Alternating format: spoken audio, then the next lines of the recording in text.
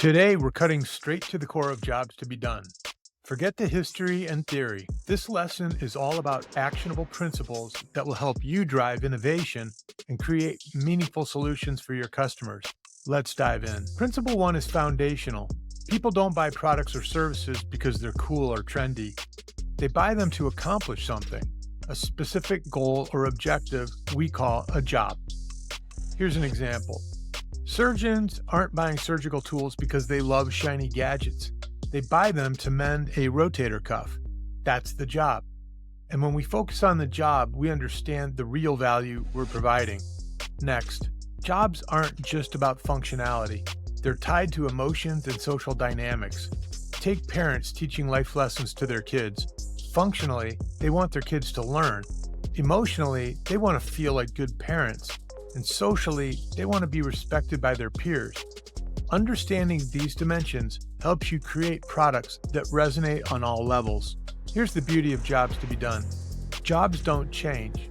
The tools people use might evolve, but the job stays the same. For centuries, parents have taught their kids life lessons. What's changed is the way they do it, from oral stories to parenting apps. This consistency makes jobs a reliable anchor for innovation. Focus on the job, and you'll stay relevant, even as trends and technologies shift. Principle 4 is critical for innovation. A job is solution-centric. The job of traveling from one place to another existed long before cars. If companies had only focused on improving horses, we'd never have seen the automobile. By understanding the job separate from current solutions, you open the door to game-changing ideas. Let's make this clear. The job, not the product, customer, or demographics, is your starting point. A practical tool here is the job map. It breaks down every step the customer takes to complete their job. For example, if someone's driving to a destination, their job map might include defining their route, locating their car, and monitoring traffic. Mapping the job helps you pinpoint opportunities to innovate. The better you understand the job and how customers measure success, the more effectively you can innovate. These success metrics, things like speed, reliability, or accuracy, are your North Star.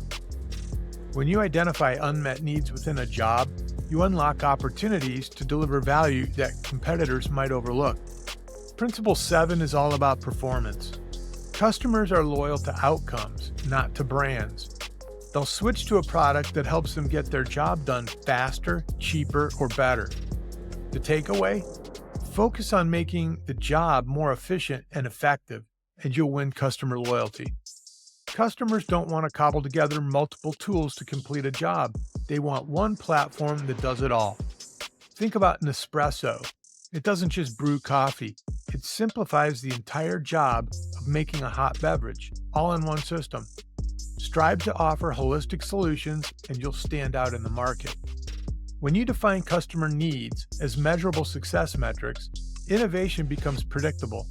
You can assess new ideas against these metrics before development, ensuring they'll meet customer expectations. It's like having a cheat sheet for creating winning products. Finally, a market isn't defined by demographics or product categories. It's a group of people trying to accomplish the same job. If the job exists, the market exists, even if there's no current solution. This principle shifts your perspective from competition-focused to opportunity-focused. If you can deliver new value to help people complete a job, you've found your market. So there you have it, the 10 ideal innovation principles of jobs to be done. By centering your strategy on the job, you'll unlock clearer insights, stronger solutions, and long-term success. Thanks for joining me today, and remember, master the job, and you'll master the product. See you next time.